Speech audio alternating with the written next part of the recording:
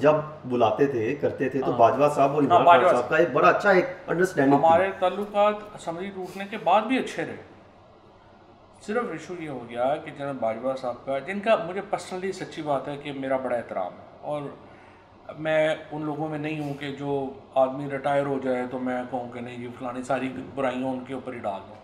बाजवा साहब में बड़ी अच्छाइयाँ थी। He was a man of international politics के ऊपर, चीज़ों के ऊपर उनका व्यू बहुत ज़बरदस्त था, बड़े खुले डुले आदमी थे। लेकिन जनाब बाजवा साहब को कई उनके जो क्लोज़ थे लोग, उन्होंने इस पर कन्विंस कर लिया था कि आपने इमरान खान से और पीटीआई से दोबारा एक्सटेंशन नहीं लेनी, क्योंकि ये बहुत अनपॉपुलर है, और आपने अगली एक्सटेंशन नून लीग से लेनी।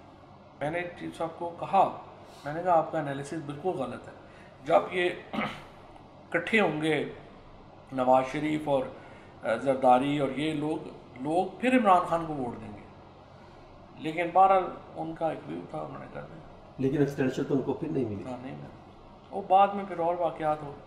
नहीं तो जब ये मामला चला था तहरीक में एतमाद आई थी तो बीबीसी ने एक बड़ी खतरनाक स्टोरी दी थी, आपने पढ़ी ना होगी। ना, हम बीबीसी से तो बिल्कुल ही फारग थे। वो पता नहीं क्या थप्पड़ और क्या इस तरह के मामला कुछ चले थे। ऐसी हमारे तो बाद में भी बड़े अच्छे ताल्लुकात रहे।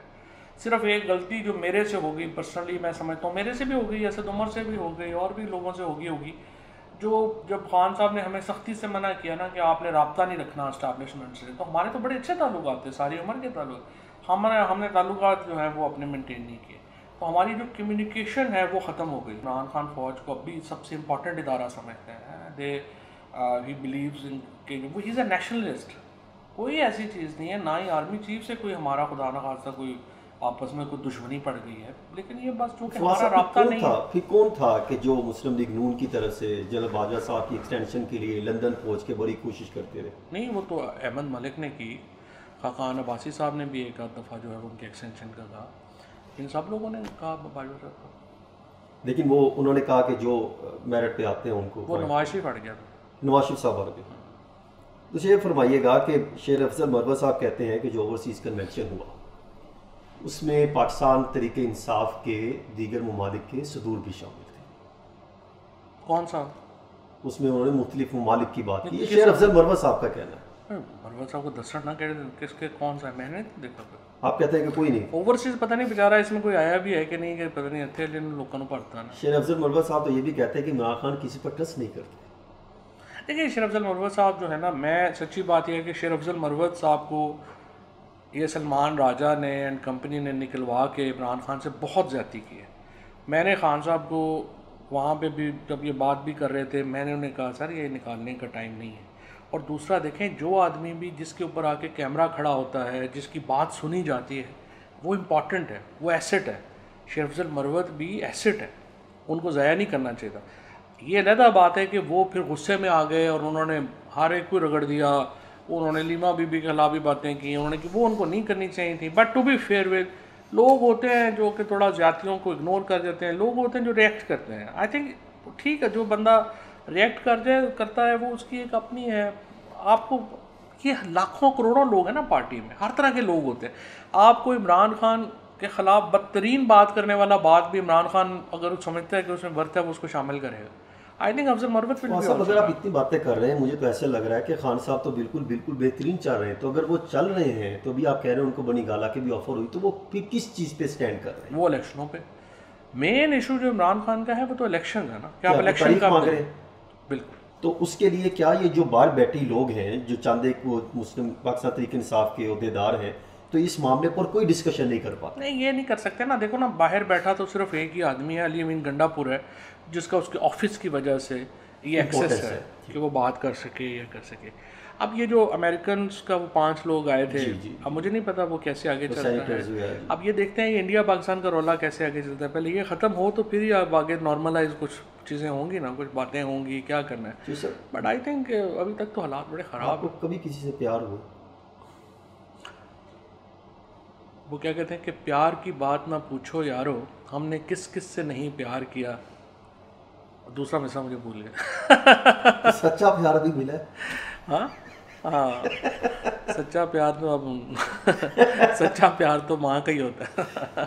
चौधरी साहब, ये जो आपने एक नहीं, आई मस्ट यहाँ पे मैं आई इससे बजाय इसके कि मतलब मुझे तो सच्ची बात यह है, अपनी फैमिली, अपने दोस्त, बीवी, बहुत उन्होंने जो है वो हमेशा मोहब्बत की है और बड़ा ऐसे स्टैंड ही किया। होता हमने है। देखा आपकी वाइफ ने, हमारी भाभी ने बड़ा स्टैंड लिया जब आप जेल में थे, तो सब बड़ा वो लोग हैं। चोटी का मुजाहरा माशाल्लाह उन्होंने दिखाया।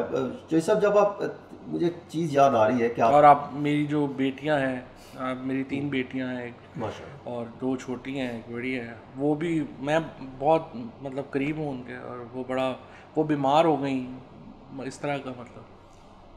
कोई ऐसा टाइम आया हो जब आपको हो कि बड़ा बहुत ही गलत कर बैठा हो?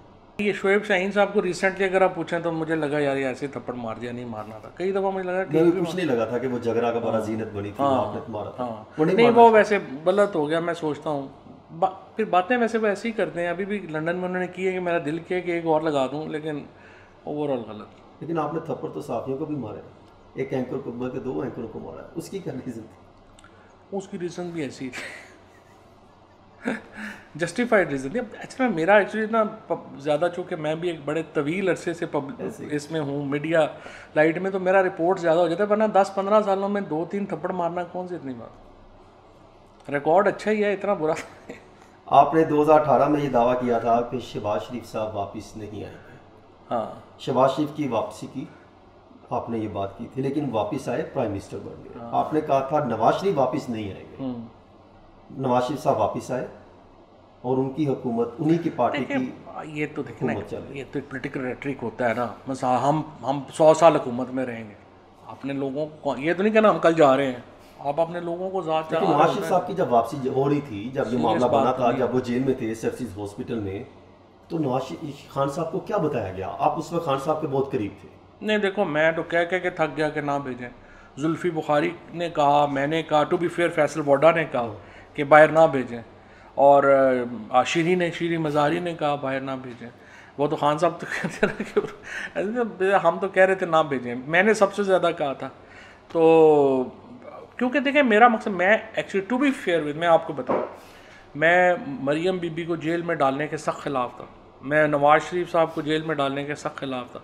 मैंने रिक्वेस्ट ये की कि इनसे हमारी कोई ज़ाती दुश्मनियाँ थोड़ी हैं, हम जाती उम्रा में इनको जो है, इनके घर के ऊपर जो है वो आप हाउस अरेस्ट कर दें। हम पैसे केस तो जेन्युइन था इनके ऊपर, कोई हमने तो नहीं बनाया हुआ था, जेन्युइन केसेस थे, पैसे तो ये पाकिस्तान के मनी लॉन्डर करके लेके गए हैं ना।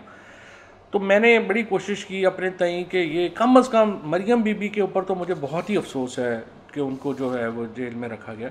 हमें पॉलिटिकल इस तरह के जो होते हैं प्रिजनर, देखो ना, उनके साथ लाखों लोग उनके साथ जुड़े होते हैं, तो आपको उन्हें जो है वो उनके घर में अगर हम हाउस अरेस्ट कर देते, आज इतनी तलखियाँ ना होती जितनी यहाँ पर। आप समझते कि वो फैसले काफ़ी गलत थे? उस टाइम अपोजिशन के साथ जो रवैया इख्तियार किया गया वो पाकिस्तान तहरीक इंसाफ की हुकूमत के गलत डिसीजन थे। नहीं, जो रवैया इस लिहाज से, तो पहली बात तो यह है कि 100% केसेस जेन्युइन थे शरीफ फैमिली के ऊपर, कोई गलत केस नहीं था। 100% मनी लॉन्डर हुआ था, 100% जो जायदादें बनी हैं वो पाकिस्तान के लोगों के पैसों से बनी है, कोई उसमें दो राय नहीं। उसके बाद जो जेल में जाना या उधर जाना, उसमें नरमी हो सकती है।